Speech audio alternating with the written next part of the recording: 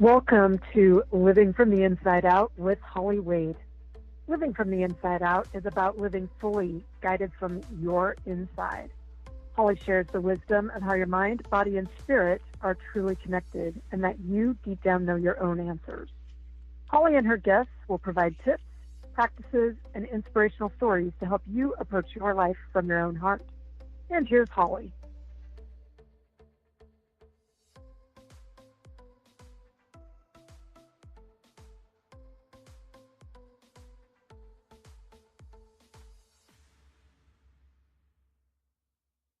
Record. All right. Welcome to this episode of Living from the Inside Out. I am your host, Holly Wade, and I am super excited today to have Liz Lockwood on my show. Liz and I have kind of done this internet flirting, I guess you would call it, for a while. And it's funny because we have a lot in common. I've been able to see this just through our posts, but we have never actually connected live. So I am really excited for today's conversation. Well, thanks for having me, Holly. Yeah, I'm super excited as well, too. It's so nice to connect. So Liz, I'm going to let you start with telling us a little bit about yourself and what you do. Yeah, sure. As I'm sure we'll talk about in like a couple of moments, that's changed and evolved as I've gone. But I'm a business coach and mentor for driven and different entrepreneurs. And I'm really big on helping you find a way to run your business that feels good to you and also allows you to stay true to yourself. So that's pretty much what I do in business. And then I'm sure we're going to get to this, but I have a really diverse background in mental health and teaching yoga and meditation. So it's really important for me to just help my clients like feel good on the inside and then let that shine through themselves and shine through their business. Which is exactly why I wanted you on the show. Because I know that you do that. You're very holistic in your approach. Absolutely. So you kind of alluded to it. Let's dive into your background because I think you have a fascinating story. And I've gotten glimpses of it. But I would love to hear about your journey and what kind of brought you to this point. Mm-hmm. Yeah, I mean, I could probably go on for hours. But for the show, I think like, you know, the highlights of my story are I have chemical sensitivities and I've had them since I was young, like a kid. And they've kind of followed me like through my life and shaped what I've done with work and in my business. So my first degree in business venture was actually in business. So I have a degree in business and I actually started out my career selling insurance. And that was way back in my early 20s. And it was quite hilarious actually. That's fascinating. Yeah, not many people know that about you. Yeah. And then I kind of had this like change of life and I decided to go back to grad school. I got my master's in mental health counseling. And it was really my mission to integrate mind, body, and spirit wellness in people, help them like in their lives and just really bring that to people. And meanwhile, my health journey continued to suffer. I was really struggling with chemical sensitivities after grad school.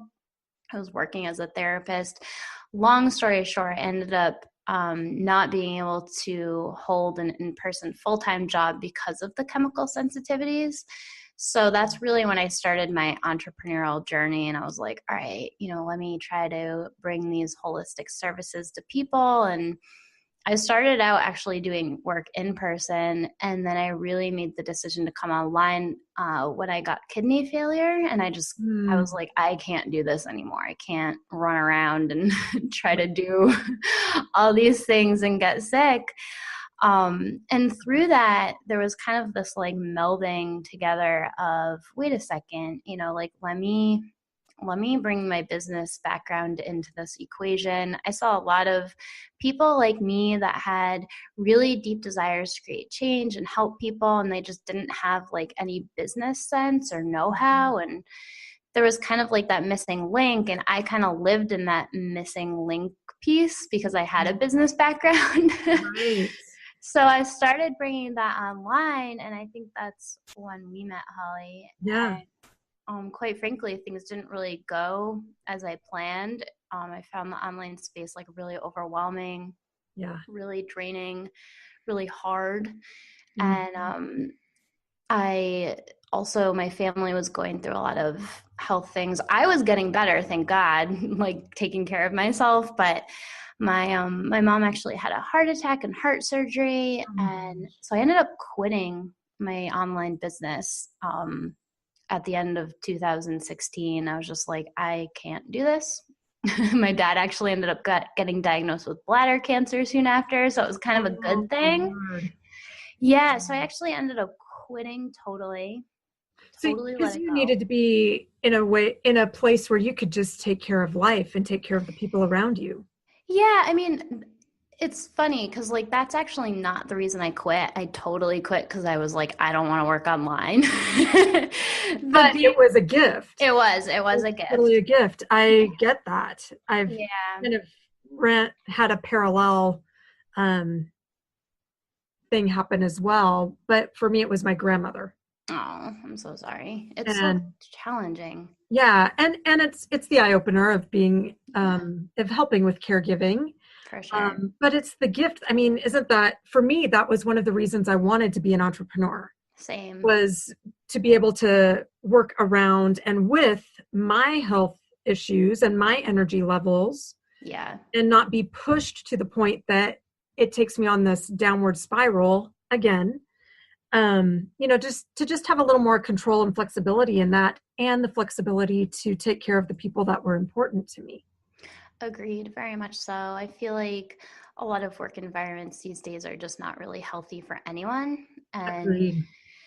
So many people have health challenges, or just like you were saying, like they just want to take care of themselves in a different way. And honestly, I think that's kind of what brought me back to the online space, because I was like, wait a second, there's got to be a way to do this, my way, right? Not kind of the shoulds or the way other people say, but like, how is this going to feel good for me? Because there is so much space and there is such a big opportunity to kind of do it your own way and not let it consume you. Like, I'm not gonna lie, I totally did the first time.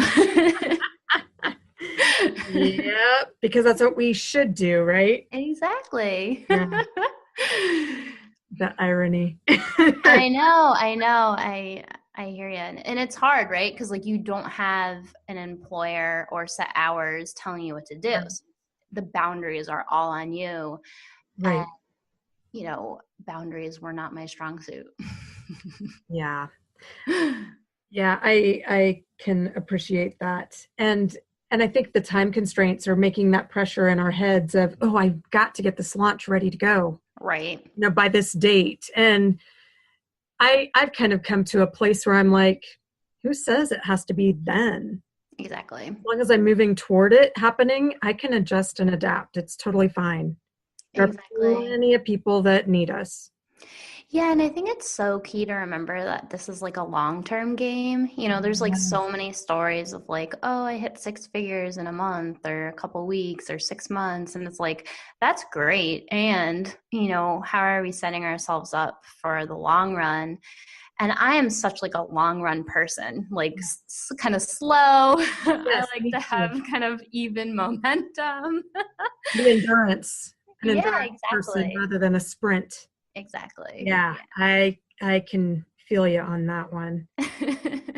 I'd like to circle back a little bit because you talked a lot, about what led you to this, and that was your chemical sensitivities, because that's the reason I'd like you to share a little bit more about that is because I think it's such a misunderstood thing, and it's maybe more common than people realize. I mean, I know I have to be very cautious with what chemicals I'm around or how often, because it'll flare up my Crohn's. It's one of the things that can trigger and flare up what's going on. And that may not be, it's not always that's the trigger. It's a combination of things, I think, but it is something that I think is misunderstood. I agree. And I think you're right. I think everybody is chemically sensitive to a certain degree, whether that shows up immediately, or I like to think it gets added in like your health bucket, and like, chemicals get added in there like sugar, Right. crappy eating, you know, stress, etc. And then maybe you get a flare. So yeah, I'm happy to share with you about my chemical sensitivities. I react to a lot, quite frankly. But things like, let's see, how do I put it? Like formaldehyde, which is in new building materials, like it's called VOCs, volatile organic compounds, which are in like paints. I will react to certain lotions, all perfumes, all like synthetic fragrances, like kind of think of like kind of fake smells. Like that's usually what I'm going to react to. So like kind of candles, scented candles, that kind of thing. But the real big things are more of like the materials. So I don't know what it's called exactly, but I was in a gym the other day and they had like this rubber mat stuff down on the floor, and oh, that stuff like I stinks. hate that stuff. Yeah, it totally stinks. So when I was little, the way it would show up for me is like hives. I would get hives a lot. So I had like a Halloween costume that was Scotch guarded, and Scotch guard is all chemicals.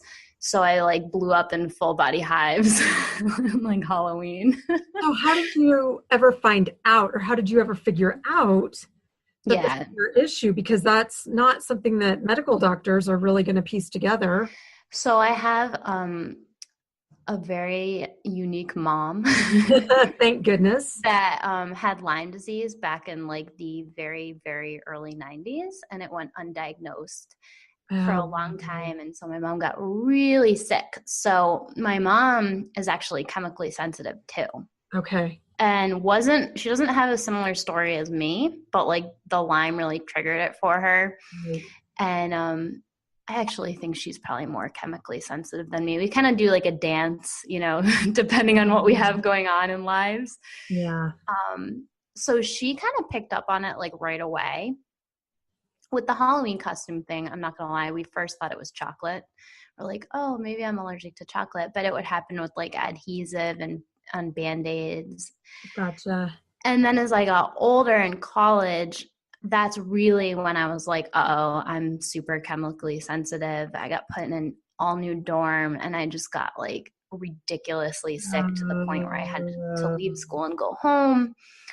And the way you can really tell it's chemicals is if you're not near them, if you get better. So for example, like when I was in college, you know, of course I went to the doctor. They gave me an inhaler and like a couple of prescriptions. I'm not big on meds, but I took them because I was really struggling. Right. And they didn't help. And then I went home. So I'm out of the chemical situation. And I got better pretty much like within a day or two, a couple days. Gotcha. So it's tricky with chemical sensitivities because really, you know, a lot of what they say to do is avoidance. And it's like, well, there's a lot of chemicals in the world. Like, how do you avoid living? Exactly. Because you're going to go into stores that have. Yeah. So I had a couple years of life that were like pretty isolated. Yeah. Which were really, really, really hard, especially because I was like in my 20s still. So I was I think 20s is pretty young.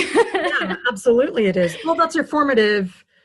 Yeah. Becoming independent, becoming an adult, figuring out who you are. And when you're sick, because that was my 20s as well. Okay. When you're sick, or when you're starting to try to wrestle with this and you're not the quote normal young adult. Yeah, it's so hard. It's really a mind trip. It is. Yeah. And like, how do you socialize? And, you know, how do you start a family and this, that, and the other thing? How do you work? That was always my thing. Like for me, working meant me getting sick because kind of like we were talking about before, like you don't have control over your job work environment. Right. So like whenever I had a job, I would constantly be in anxiety, on high alert on like what people were putting on, if they were spraying something. I worked at like a school, and it was a school in this very small kind of like house building. It was kind of odd, but cute and cozy. So for most people, they were super cozy, but for me, it was all open air space. So if someone was like, the kids would sometimes like paint their nails or something, I would I couldn't go anywhere. Like I would have to go outside. Yeah. So it was really, really, really challenging. Yeah. And something I really even had to work on, like moving into the online space, just separating the thought that working meant I was going to get sick. Yeah. Yeah. Well, that gets hardwired in you because that was a repetitive. Exactly. So yeah, breaking that connection, I'm sure, was quite a challenge. And you understand that as a yogi, you understand that mind-body connection. I do. Yeah. And it's Thing funny. that was in your favor. Yeah, it's funny. Oops, it's funny that we're talking about this because I think I've done a pretty good job breaking that connection because it's been like 5 years now that I haven't had a quote unquote regular job. But along with chemical sensitivities, I have a lot of food sensitivities, and knock on wood, my health has gotten like really good in the past year.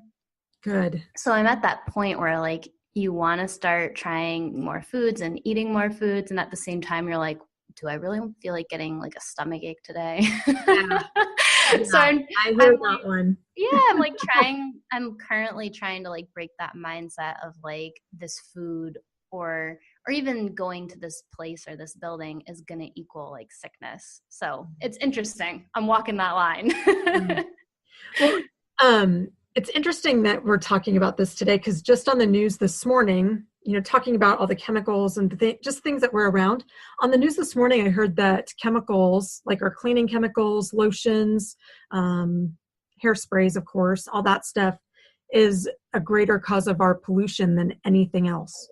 I agree because I think it's used so much. I tell my mom all the time now, I say, building materials are getting better in terms of, there's so many low or no VOC options out there, but personal care products are getting worse and they're so much more widely used. Like, yeah. I went to my old high school the other day for a basketball game. And when I went to high school,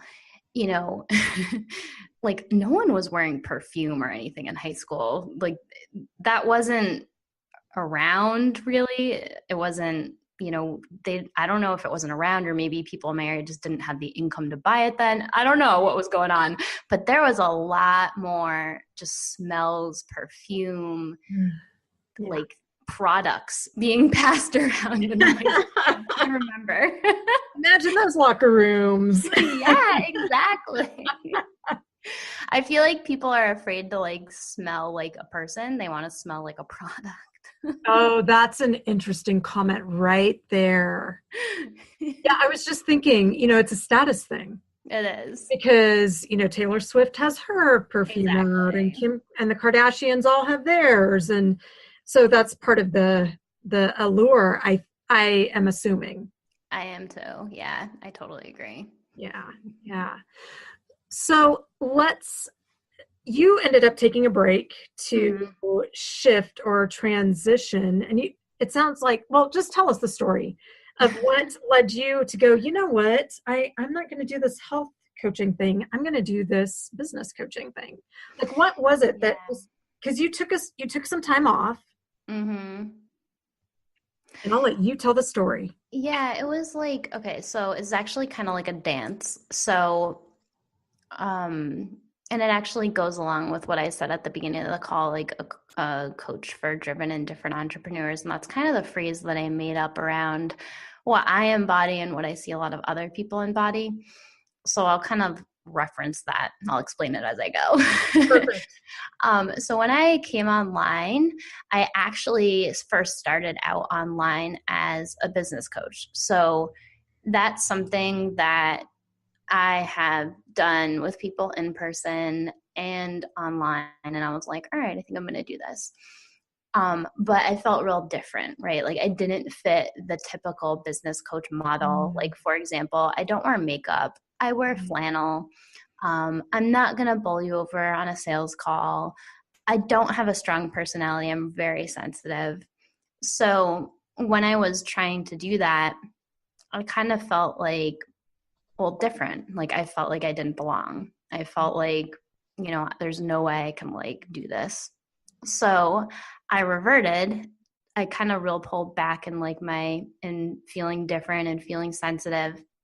And I went back to what I felt comfortable teaching, which was what I did before that. So yoga, meditation, really kind of teaching more like the mind, body, wellness stuff. And I think that's when you and I clicked and met. So I did that. I like renamed my Facebook group and like totally kind of just shifted. And I actually only did that for a couple months because I kind of knew I was like hiding. If you ever have that feeling where like you're doing something and you're interested in it, because I for sure am interested in mind, body, wellness. Yep. And I knew that I wasn't like living up to my full potential. I knew there was like another part of myself, aka the drive, that I really didn't know how to channel. And I didn't know what to do with it. So I just like turned it off, right? I'm like, nope, I'm not going to bring the business kind of drive side in me forward. I'm just going to kind of play it safe. I'm just going to play it small and do the meditation. And, you know, it wasn't really feeling fully aligned within me. So of course it didn't work on the outside, right? Like if you're not feeling aligned, it's not going to fly. Right. So that's really when I quit. I was like, this isn't working. This doesn't feel good. I'm just going to stop. So I did. And really, like, quite frankly, those months were really dark for me. I was really just like, because again, I'm chemically sensitive. So I was like, there's no place for me. Working in person didn't work. Working online didn't work. What am I doing with my life? And I am very lucky that I am married. I have a husband, and actually we got married before chemicals were so, like before I was so reactive to chemicals. So it's been funny kind of watching him watch my journey. So he's super supportive, and he was like, you know, Liz, why don't you just kind of like take care of yourself and really find yourself? And I'm like, all right. So I love hiking. I love being outside. So I really took a lot of time just being outside, just kind of being with myself. And through that, I was like, there have got to be other business people, you know, probably women, let's put the cards on the table, but business people like myself that are sensitive, that, you know, really feel called to make a difference, to create change, but they don't really know how to do that in a way that feels good for them. Yeah. So I really just went into that, and I started back online, and I was really leading with the term sensitive. That was like what my mission was. I felt really comfortable with that. And as I got more confident, I really learned how to embody my driven side, right? Because I think a lot of us are really driven and we don't know what to do with that like ambition and that passion. I was like afraid of it. Yeah. So that's where I came up with the phrase driven and different, because it's like you're different, you're feeling sensitive, you probably want to do things differently in a way that feels good, and you also have this like burning desire, burning passion inside, this, you know, ambition that you might be a little afraid of or not know what to do with it. So I really led with that, and it was kind of crazy and surreal how quickly it clicked. Which was really awesome, and also brought up a few of those feelings for me of like, uh-oh, I'm working. Am I going to get sick? Yeah. Which I didn't. So that was awesome. It definitely took a lot of conscious awareness not to get sick, and really take care of myself and keep my boundaries strong and, you know, honor my business while honoring myself. And kind of shift and let the business grow and evolve as I was. I think that's something huge that sometimes we forget to do. Yeah. So that's kind of the journey. Hopefully that was what you asked me as I got going. Yeah. I just kept talking. No, that's good. I love that you say that you include passion and ambition along with drive, because it's true. I think we can think of drive in that go right sense, and there's a balance with it. For sure. You just highlighted that when you talked about honoring your business while honoring yourself and learning to do that. And I think that is one of the challenges that a lot of not just entrepreneurs, but people who work regular lives our Exactly. regular jobs. We all work regular or live regular lives, but you know, the things that fall out of my mouth sometimes. I love it. But, you know, people who work more traditional jobs, you know, I think they struggle in honoring themselves Agreed. as they're honoring their work. So can you share with us some of the things that you found that work for you? I think that's a really important piece of advice or piece of wisdom, maybe even better than advice.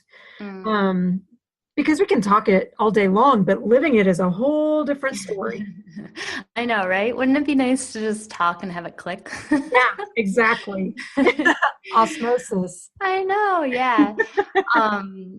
Yeah, I'd love to. I love this conversation right now because just a little side story. I've been watching the Olympics, and I was watching this interview yesterday with Michaela Schifrin. She's a downhill skier, and she was like, you know, I'm just gonna speak what my ambitions are because we all have them, and I feel like they get a bad reputation. Yeah. So she's like, you know, let's stop being afraid of really putting our desires out there, our ambitions out there. And, you know, I do walk that fine line where I can kind of feel like the type A side of myself rising up and being like, go, go, go, go, go, get it, Liz. Like, just do it. And I can really push myself. But it's like you're saying, like, okay, so how do we live this? Like, how do we walk that line? How do we balance it? How do we find our space? And I think for me, well, like reaching out and getting my own coach has been super duper helpful because you have an outsider's perspective, but also really leaning into like activities that are going to make you feel good during your day, not just your business. You know, I think a lot of times when we're not feeling good in our business, we try to work harder at our business. And I feel like a lot of times you have to do the opposite.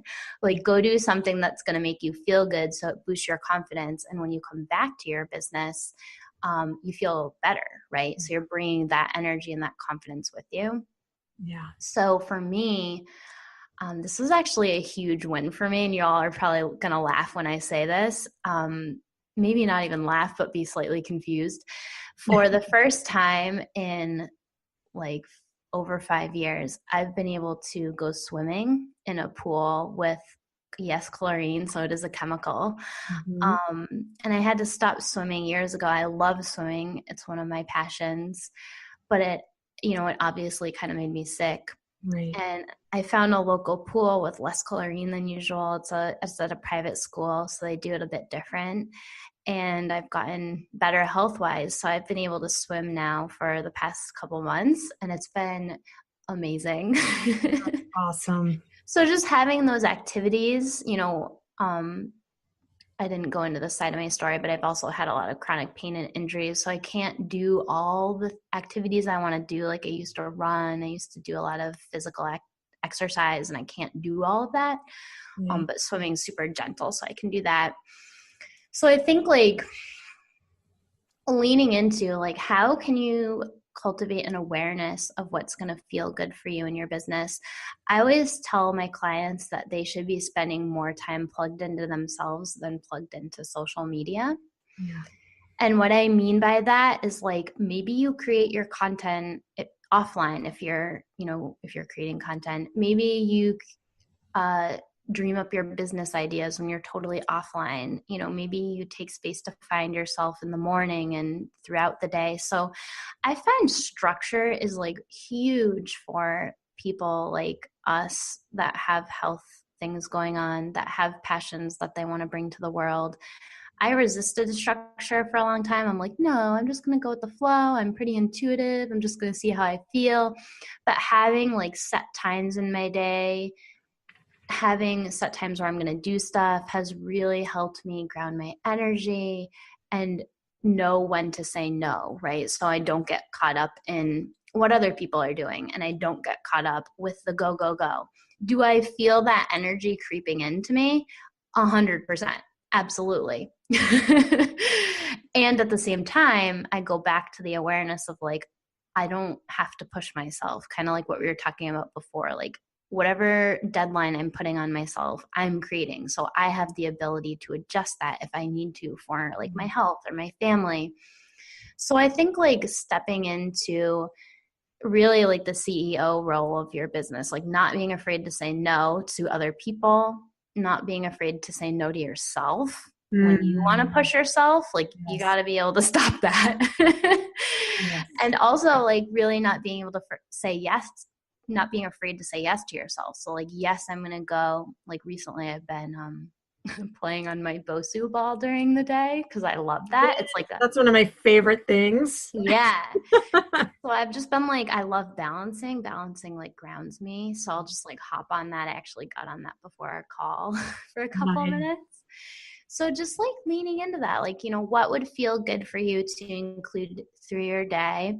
And then really not being afraid to create the business that you want to have and trusting that that will, you know, work for you. Maybe not in the timeline that it's working for other people, or it might not look like other people's stuff, but just trusting that it'll look like what you need.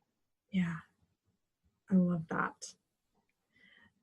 Well, it's kind of like this analogy of, you know, we are all individual people, and yet we kind of create this mold, like this is what you're supposed to be. This is what you're supposed to do. Your life's supposed to go from high school to college to graduation to marriage to whatever.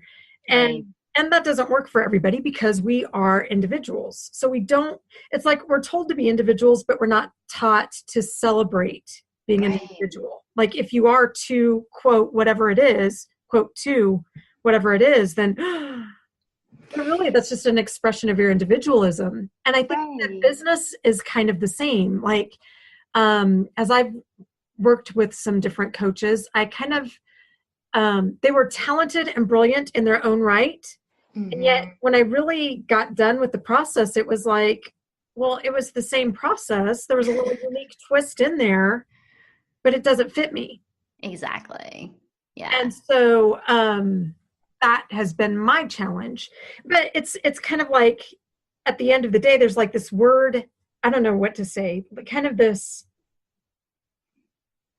maybe this, I'm going to really challenge the business coaching community with this statement. Oh, I'm excited. Yeah. In that we're giving there's a lot of lip service. Yeah. To, be your unique self, have your business, have this, but is it really? Mm-hmm. And yeah. Go ahead. I'll just shut my mouth right there. No, I'm kind of like, I'm there with you. Yeah. And I'm like trying to think of how do I want to say what I want to say without tooting my own horn. I think you're right in a lot of ways. I think there's a lot of shiny stuff out there right now. Yes. You know, and a lot of promises that sound real nice. And I think there's a lot of people, including myself, that have bought programs or things from people thinking that it was going to, you know, be the catalyst to success or the magic formula. And I'm pretty open and upfront that there is no magic formula. And really, I think what's important to me and what I would encourage, like if people are nodding their heads along with this, what I would encourage to your audience is like, you know, lean into what's true for you, what's resonant for you. And especially when you're thinking of getting support or working with someone. And I think it's so important that the coach you have on your team or the person you have on your team supporting you is going to help you lean into you and your process and help uncover that with you and, you know, together, and not just like the coach has the magic button that, or like the easy button on that commercial that they're going to be like, oh, do X, Y, and Z and it's going to work. Because really the magic is like in uncovering your way and really the support along the way to make the adjustments to fit you and to make the shifts that you need, right? Because we're all, like you just said, like we're all individuals. So I think making sure that you're not buying into something just for the formula and you're really feeling it from within, right? So like I always talk to my clients about taking inspired action, right? And to me, that means like feeling it from within and letting really the energy from within lead you forward and kind of like move through you out into the world. So like I feel like getting support, whether it's a coach or whether it's whoever in your life, finding a partner, getting married. Yep. You want to make sure you're really feeling that on the inside, just like kind of the title of the show, right? Like you're feeling it on the inside and you're letting that come through to the world. So do you have any suggestions or any tools or anything that you use to kind of tap into that, what is happening from the inside? Yes. Because So for me, as you might have noticed before, body movement is super important. Yeah. So for me, it's really about like unplugging from the world and plugging into myself. And what does that mean? That usually means putting my phone down, turning off the TV, and doing an activity where I feel lit up. So like walking, getting on the Bosu ball, breathing. And I also think I think there's a lot of room for trying things here because I think we can get kind of stuck on like, well, what's my right way? Or, what exactly am I feeling? Or is this perfect? And it's like a lot of times that inner nudge is just going to be a little faint whisper. And a lot of times it's going to unfold as you go. So giving yourself permission and trust in what you feel when you're moving your body or when you're taking a moment to breathe or just be, notice that, act on it, be aware of it as you go. So it's not like you're plugging into yourself like once a month. right. The goal is to be real plugged into yourself through the day. So it's like, it's like, oh, I just did this post, or oh, I just did this, like say, like you're creating an opt-in or something. Then what feels good next to you? Like, don't create it and then go look at the outside world to tell you what to do. Create it and dive back within and be like, all right, what am I going to do with this? Where do I feel called to share it? Let the business really be led from your inside too. And I think if you find a coach that's truly resonant with you, she'll be able to help you tap into that more, or he'll be able to. Sorry there. No, it's true. It's true. Will be able to help you uncover that more. Yeah, I love that. I love thank that. you. It's one of the big things for me. And what I find is like when I'm out for a walk or out hiking, that's when the ideas just start flowing. Agreed. It's not when I'm sitting at my computer. Mm-hmm. So imagine that. I know, right? Yeah. Yeah. Or even when I'm driving, that's like the inspiration hits and these ideas start to come and flow. And so I've learned to work with that instead of, being like, okay, here's my creative time. Ooh, okay, here's this. Because it just doesn't work that way. Exactly. Though I will say one tip in case people are listening and they're like, oh, that's me. Something I've been working with my clients on recently is, and I do in my own life, which works real well for me, so maybe it'll help y'all out, is pairing the activities. Mm-hmm. So like, say like, okay, for me, I actually do create structured time in my week to create content, and that's Friday morning. So we're like fresh off that because this is Friday afternoon when we're recording. Right. So I always like to plan those activities first, right? So it's like, okay, I know I need to do this. Like, for example, even this podcast, I know I'm going to do this Friday, at 1. So I'm going to have some Bosu ball time before that. So I tap into my creative flow. So it's almost like tricking the system a little bit. So you're like, oh, I'm going to like go for my walk before I write my content. Does that make sense? Yes, absolutely. So I will actually write most of my content in my head while I'm walking. Yeah. I've learned to, and I know it seems counter. I do carry my phone with me because I can record. I can voice record what comes then. And then that way I don't have to go, oh, shoot, what did I think then? Right. And try to pull that back up. It just, for me, I found that to be efficient. And I am disciplined enough to be like, my phone rings when I'm out, too bad. Yeah. That takes some discipline for some Right. people. Or a lot of times I just flick on like airplane mode so nothing can come through, but I can Ooh, still good call. record, or like I will text myself, and even if it doesn't send right away, it'll send later, that type of thing. Good call. Good call. I like that idea. So one last question, Yeah. because I think it's really easy. You kind of touched on this a little bit earlier, like when you initially came online, you found it to be more challenging than you initially thought because of I'm just going to say all the noise. Yeah. We're inundated with noise all the time. So not just from a business standpoint, but from a personal standpoint, what do you do to cut out the noise? Oh my gosh, that's such a good question. Um, Hold on, let me get my answer because I first thought you were going somewhere else with that question. The first thing that's coming to me for this is I turned Facebook off on my phone. Yeah. Good one. That doesn't fly for me. Yeah. um, so how do I deal with the noise? I'm super intentional with what I do online. So for me, I know it sounds a little cheesy, but I will actually well, I don't set a timer because I don't like timers, but I look at the clock. Timers kind of make me anxious. If Yeah, I I'm get being that. truthful. I get that.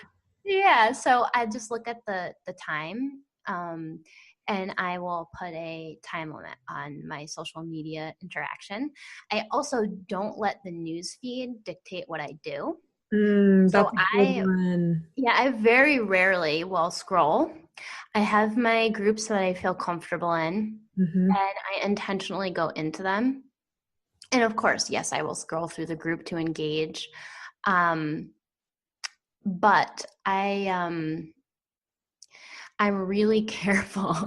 Like if because sometimes people's posts, like especially when I first went online, if it would like trigger me, right? Like say maybe they were talking about the shiny stuff that I don't really believe in. Yeah. I give myself full permission to just pass by those, and I try to let the engagement and my participation online feel really authentic. So I don't just comment on people's posts just to comment. I make sure that I'm feeling like really called and really aligned with the person, which is probably why you and I connected through Yeah. posting like this. Because Yeah. I'd see your post and I'd be like, oh my goodness, I believe in what you're saying. I want to comment on it. Mm, When I was engaging online, it didn't feel so noisy. It felt like good, right? Like it felt like connection. yeah. And I also chose groups where the leaders did stuff that I believe in, or typically I would like know the leader in some capacity, Yeah. and I'd feel really good about them and what they were doing, in hopes that the other people there were kind of on the same mission and aligned with them as well. So that's kind of how I deal with the noise. I also will take opportunities to ground my energy before and after my online work. So I actually created meditations to do this. I love it. Yeah, and like Love that. it's really helpful. Of course, before it's more about grounding, and of course after it's more about like cleansing and letting go. Mm, But I always do that too. And it's so much easier to do that if you have intentional time online versus just like the constant scroll through the day. yeah. Yeah. I love that. I love that. It's just, and that living from the inside out is all about intention. Exactly. That is a great word to just summarize the whole thing. What is my intention as I do this? What are Yes, my motives? What inspires me to do this? And if it feels, exactly. that's something to pay attention to. If it feels like, yeah, I'm feeling kind of this pull, even if it's not something that I really love doing, there's kind of a little pull. Like, I don't like cleaning the bathroom. I admit it, but it needs to happen. Exactly. So Yeah, I what can I totally agree with that. do to make it somewhat enjoyable? For me, that's turning on music. For me, that's using, like, what oil do I want to use today? Make it smell, inviting, and so I can kind of turn it a little bit. Yes, I love that. It's so funny. I was just talking with one of my clients about that, because she didn't really, I can't even remember what task it was, but it was something in her business. And I was like, how can we make this fun? And she said exactly what you just said, like, bust out my essential oils, turn on some music. And usually the task gets done so much faster that way. Yes. Yeah. Oh my goodness. Well, I wish we lived close. We would really just enjoy each other's company and have so much. I totally agree. Validated to me just how much we do have in common and how enjoyable this conversation I knew it was going to be. And our time is already closing. But I would like you to share with our listeners how they can connect with you and what you have coming up. However they could start to connect with you. Yeah. I hang out mostly in my Facebook group. It's called The Resilient and Inspired Entrepreneur. And I like to think of it as a really different, unique slice of the online space. So if you're thinking like, I don't really like Facebook, or I don't really like social media. I do often. Yeah, I would invite you to just give it a try. I'd love to connect with you there, and just give it a shot. We'll just put it out there. Yeah, I love it. So is that more for business coach kind of people or business? No, it's for any entrepreneurs. Perfect. So, honestly, I even think there's some non-entrepreneurs in there, but they just like hanging out in there. Perfect. But yep, no real focus. I work with any and all people, and any and all people are invited. I love it. So we will have the link for that in the show notes as well for people. And Liz, thank you once again for taking time today to just tell us to share more about living your business from the inside out, because it's really about who you are. Your business is an expression of yourself. Absolutely. And you got to feel good on the inside for it to be good on the outside, right? Amen, sister. Amen. Well, thank you so much for having me. This was so lovely. I really enjoyed it. Thank you. So this is Living from the Inside Out, and we hope that you'll join us again next week.